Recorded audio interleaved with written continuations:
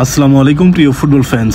2024-25 মৌসুমে এখনও পর্যন্ত বার্সেলোনা কিন্তু লা লিগায় রাইট ট্র্যাকেই রয়েছে, কারণ তারা এখনও পর্যন্ত 6টি ম্যাচে 18টি পয়েন্ট অর্জন করে পয়েন্ট টেবিলের কিন্তু 1 নম্বর স্থানে রয়েছে। অপরদিকে রিয়াল মাদ্রিদ কিন্তু 6 ম্যাচে 14 পয়েন্ট নিয়ে তালিকার 2য় স্থানে রয়েছে। হ্যান্সি ফ্লিক বার্সেলোনায় জয়েন করার পর সবাই ভেবেছিল হয়তো চ্যাম্পিয়ন লিগে যে বার্সেলোনার দুর্দশা সেটা হয়তো কেটে যাবে, কিন্তু চ্যাম্পিয়ন লিগে এই মৌসুমের প্রথম ম্যাচেই মোনাকোর বিপক্ষে কিন্তু হেরে গিয়েছে বার্সেলোনা। হ্যান্সি ফ্লিকের অধীনে বার্সেলোনা ভালো খেললেও চ্যাম্পিয়ন লিগ এবং প্লেয়ারদের ইনজুরিজনিত কারণে বিপাকে পড়তে হয়েছে হ্যান্সি ফ্লিককে।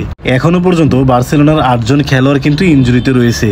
গাভি, রোনাল্ড আরোহো, ফ্র্যাঙ্কি ডি ইয়ং, Andreas Christensen, Marc Bernal, Dani Olmo, Fermin Lopez এবং সর্বশেষ মার্ক আন্দ্রে টার স্টেগান কিন্তু ইনজুরিতে পড়েছেন। টার স্টেগান ইনজুরিতে পড়ার আগে যে 7 জন খেলোয়াড় ইনজুরিতে ছিল, সেই 7 জন খেলোয়াড় ইনজুরি হওয়ার কারণে কিন্তু বার্সেলোনার খেলায় কোনো প্রভাব পড়েনি, সেটা আমরা কিন্তু লাস্ট কয়েকটা ম্যাচে দেখেছি। কিন্তু টার স্টেগানে ইনজুরিতে পড়ার কারণে বার্সেলোনাকে কিন্তু নতুনভাবে শুরু করতে হবে, কারণ তাদের যে মেইন গোলকিপার টার স্টেগান তিনি কিন্তু ইনজুরিতে পড়েছেন। এই ইনজুরির কারণে তিনি 6 থেকে 7 মাস মাঠের বাইরে থাকবেন। বার্সেলোনার যে দ্বিতীয় গোলকিপার এনাকি পেনা, তিনি কিন্তু যথেষ্ট ফর্মে নেই, যেমনটা ফর্মে ছিল টার স্টেগান, যার কারণে গোলকিপার পজিশনে ভাবতে হচ্ছে বার্সেলোনাকে। এদিকে বার্সেলোনা ও চিলির সাবেক গোলকিপার ক্লাদিও ব্রাভো তিনি কিন্তু অবসরে নিয়েছিলেন, কিন্তু তিনি সম্প্রতি একটা তথ্য দিয়েছেন যে বার্সেলোনা যদি চায় তাহলে তিনি আবার অবসর ভেঙে বার্সেলোনায় যোগ দিতে চান। টার স্টেগান ইনজুরিতে পড়ায় আরেকজন গোলকিপারের কথাও কিন্তু উঠে এসেছে, সেটা হলো রিয়াল মাদ্রিদের সাবেক এবং পিএসজির সাবেক যে গোলকিপার